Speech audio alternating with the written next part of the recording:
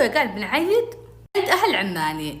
صراحة أنا تنرفزت، عاد كنا يعني رمضان وطول الوقت صايمين وشغل، ما بي على طول بعد ما نخلص رمضان على طول نروح نعيد عند هذيلوك، لكن أبويا أجبرنا. المهم رتبنا أغراضنا، والصراحة أنا كنت طفشانة وما ودي أروح، بس ما كان عندي أي عذر أقدر أقول لأبويا يوافق.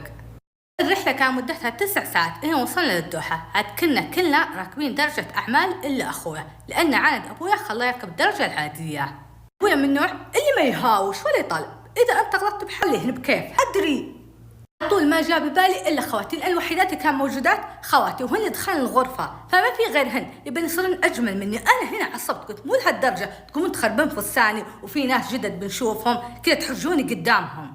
فجلست أبكي وقلت أنا ما راح أعيد. هنا قلت أمي الله يهديك يا حبيبتي عادي جيبي أي فستاني. قلت لا أبي فستان جديد هذا العيد، إذا تدخل عمتي وتشوف السالفة. قالت خلاص أنا عندي فستان حلو وتروح تجيبي فستان لطيف ناعم. قلت البسيه ما